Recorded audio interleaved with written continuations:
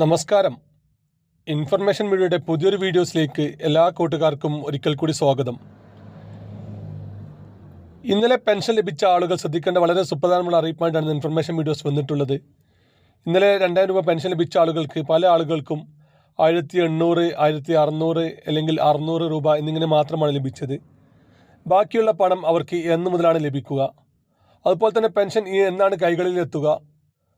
അതുപോലെ തന്നെ നമ്മൾ കാത്തിരുന്ന സ്ത്രീ സുരക്ഷാ പെൻഷൻ വിതരണം എന്ന് തുടങ്ങും എന്നതിനെക്കുറിച്ചുമെല്ലാം വളരെ വിശദമായി നോക്കാം. അതിന് മുന്നോടിയായി ഇൻഫർമേഷൻ മീഡിയയുടെ വീഡിയോസ് നിങ്ങൾ ആദ്യമായിട്ടാണ് കാണുന്നതെങ്കിൽ ചാനൽ സബ്സ്ക്രൈബ് ചെയ്യാൻ മറക്കരുത്.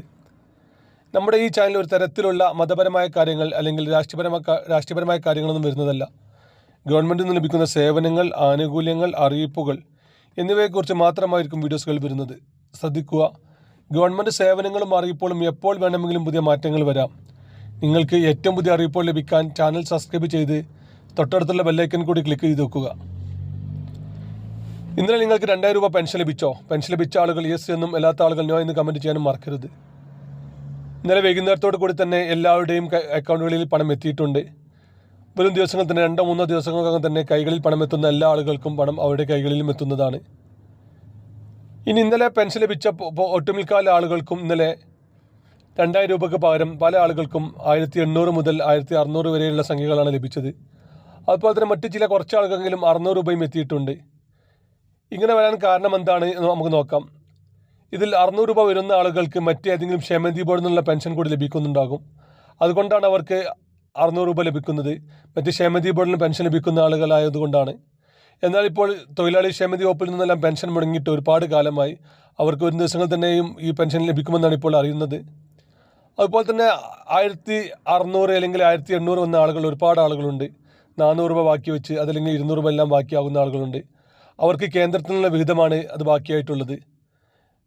ഒട്ടുമിക്ക ആളുകൾക്കും ഇന്നലെ വൈകുന്നേരത്തോട് ഇന്ന് രാവിലത്തോട് കൂടി തന്നെ ബാക്കി വിഹിതം എത്തിയിട്ടുണ്ട്. ഇങ്ങനെ നിങ്ങൾക്ക് ഇന്നലെ 1600 രൂപ ആളുകൾ ലഭിച്ച ആളുകളൊന്നും കമൻറ്റ് ചെയ്യുക.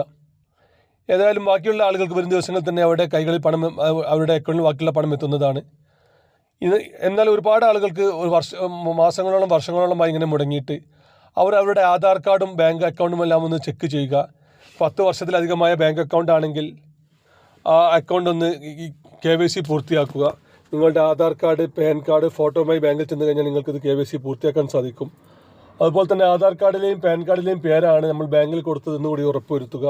അതുപോലെ തന്നെ ഈ ഒരു പേരാണ് നമ്മുടെ പെൻഷൻ പോർട്ടലുള്ളതെന്ന് ഉറപ്പുവരുത്തി കഴിഞ്ഞാൽ അവർക്കും തുടർന്ന് പെൻഷൻ ലഭിക്കുന്നതാണ്. അതുപോലെ തന്നെ നമ്മൾ കാത്തിരുന്ന പെൻഷനാണ് സ്ത്രീ സുരക്ഷാ പെൻഷൻ. കഴിഞ്ഞ പഞ്ചായത്ത് ഇലക്ഷന് മുന്നോടിയായിട്ടായിരുന്നു സർക്കാർ ഇക്കാര്യം പ്രഖ്യാപിച്ചിട്ടുണ്ടായിരുന്നത്. അവർക്കും ഇപ്പോൾ ഈ ഒരു സ്ത്രീ സുരക്ഷാ പെൻഷൻ അവർക്കും വരുന്നുണ്ട്. അടുത്ത മാസം തുടക്കത്തിലായിരിക്കും അവർക്ക് വരിക.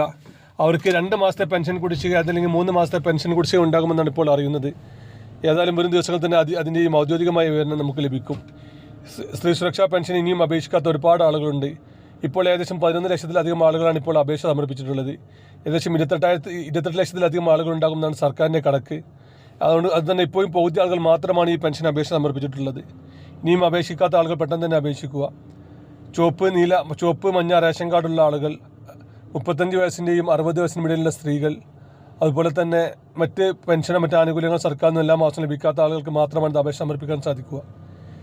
അർഹത ഉണ്ടായിട്ടും മഞ്ഞ ചുവപ്പ് റേഷൻ കാർഡ് ലഭിക്കാത്ത ആളുകൾക്ക് ഇപ്പോൾ റേഷൻ കാർഡ് ചുവപ്പിലേക്ക് മാറാൻ അവസരമുണ്ട്. രേഖകളെല്ലാം വെച്ച് നിങ്ങൾ അപേക്ഷ കൊടുത്തു കഴിഞ്ഞാൽ നിങ്ങളുടെ കാർഡ് ചുവപ്പിലേക്ക് മാറുന്നതാണ്.